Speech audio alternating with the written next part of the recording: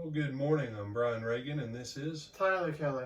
And we are coming to you with, where is he? Baby Yoda from Lake Butler, Florida.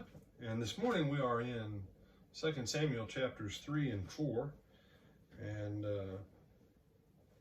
Tyler, if you don't care to read verses 1, 12, and 22 through 27 of chapter 3. Now there was a long war between the house of Saul and the house of David, but David grew stronger and stronger, and the house of Saul grew weaker and weaker. Verse 12, Then Abner sent messengers on his behalf to David, saying, Whose is the land? Saying also, Make your covenant with me, and indeed my hand shall be with you to bring all Israel to you.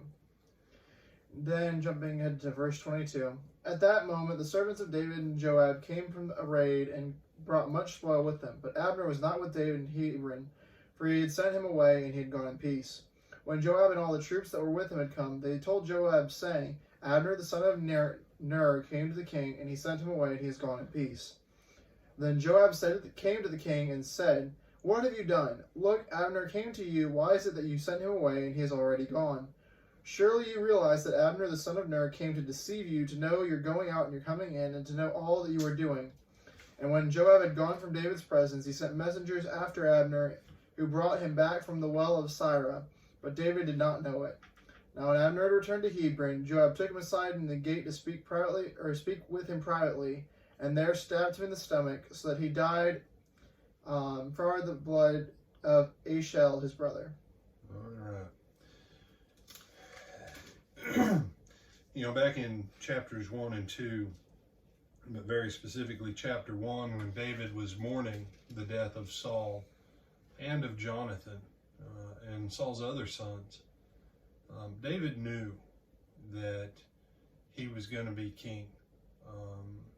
But the death of Saul and his sons was going to create trouble on a whole different level, because with Saul dead and Jonathan dead, it left a power vacuum in the existing monarchy of Israel. And you say, but David was king. Okay, well, let's clarify that. The southern tribes recognized David as king. It took another 7 years of civil war for David to bring everyone back to the table, for David to have those 40 years as king.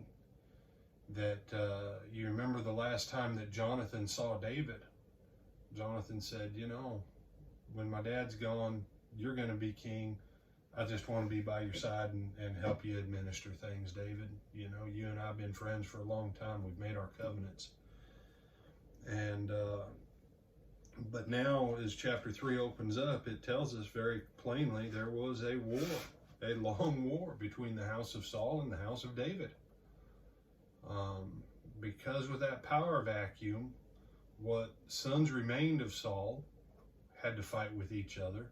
The generals of Saul, who had been generals who had worked with David, but now David was a renegade, this is their chance as generals to move up in power. And so with Abner, and you can, and hopefully you've had a chance to read, that's why I'm kind of going over this. Abner has a chance against Ishbosheth to go on ahead and take over the house of Saul. Why as a general did he take one of Saul's former? Because that's how you secured power. You killed people, and then you took their wife or their concubine and you slept with them in public for everybody to know that you were the power player of the day. You say, are you kidding me? No.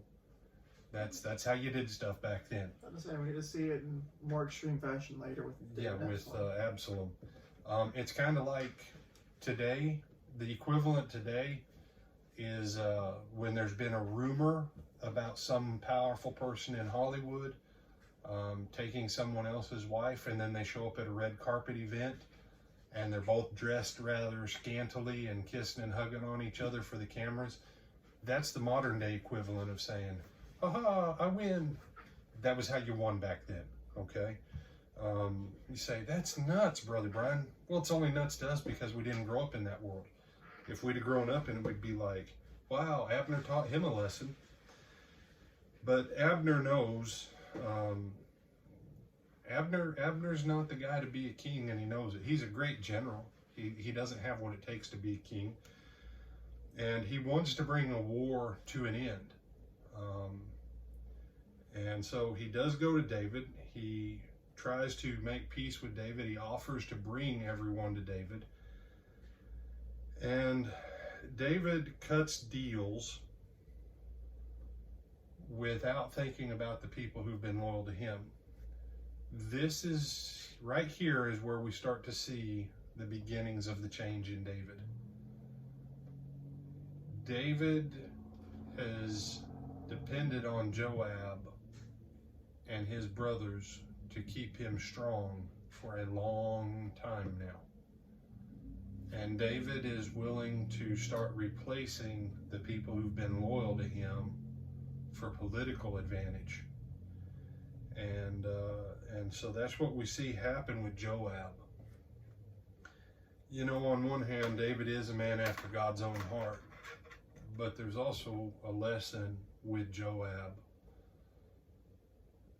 When David needs dirty work done that David himself doesn't have the stomach for now that he's king, he always goes to Joab. But when Joab does the hard work that David doesn't want to do, then David says Joab's the bad guy.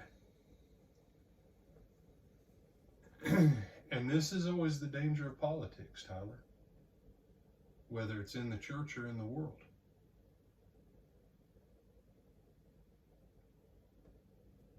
You have to be careful when you cut the throat or try to cut the throat of the Joabs.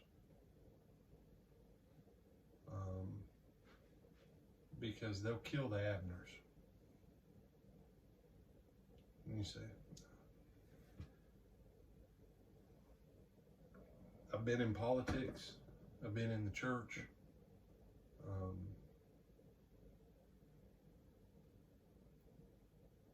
and there's not a lot of things I've learned, but I have learned one thing. And I want to give you a practical life lesson out of all this. When you come into a place, or when you come back into a position of power, don't cut the throats of people on either side. Don't do it. You've got to find a way to work with Abner, and you've got to find a way to work with Joab. Because if Joab thinks that you're about to replace him with Abner, he's going to destroy Abners of this world. And the Abners of this world, you see, some people pity Abner, but everybody forgets that just a few verses before, what Abner do, Tyler? Back there with Ishbosheth and Saul's concubine. Back there at the start of our chapter 3. Look at that. All right. Saul had a concubine whose name was Rizpah. You know, and Ishbosheth said, wherefore have you gone into my father's concubine? Everybody feels bad for Abner, but they forgot Abner was willing to stab Ishbosheth in the back and try and seize power.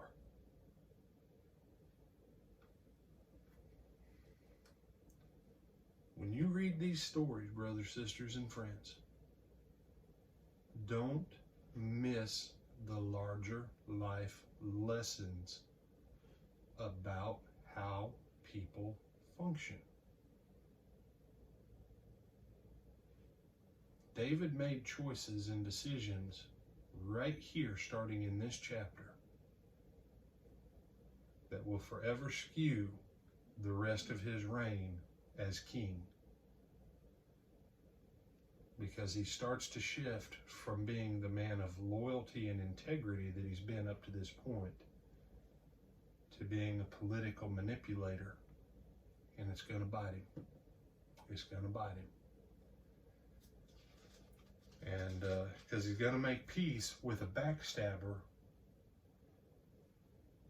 and try and supplant the one man who's kept his back from being stabbed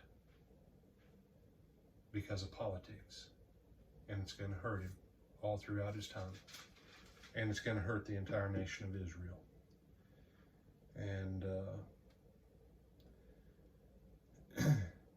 And so as you read through these, see the behavior of people and politics and the danger that comes amongst the children of God when we get eat up with politics. And you say, no, I've seen elders, I've seen deacons, I've seen preachers, I've seen spouses of elders, deacons, and preachers. I've seen Bible class teachers. I've seen church members. And we've always got to watch out on the worldliness that we learn in our flesh and how we live it out in our Christian lives. And I know you know what Romans 12:1-2 says, Tyler. Remind us what it says.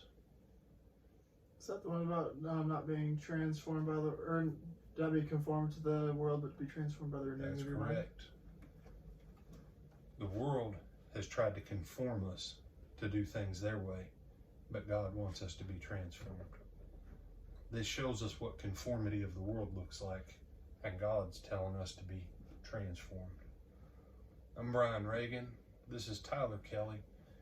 I hope this has kind of helped you take it out of an ancient time and place and to see it more as the dynamic of how people operate, and to watch out for those own things in our own lives. We bid you good day and the blessing of the Lord. Keep reading these history books. Anybody who says the Bible's boring, I'm telling you. I haven't read their Bible. If they say that. From Judges to the end of 2 Kings, whoa, that would make some awesome movies. Unfortunately, they all have to be R-rated because of the sex and the violence. Have a great day.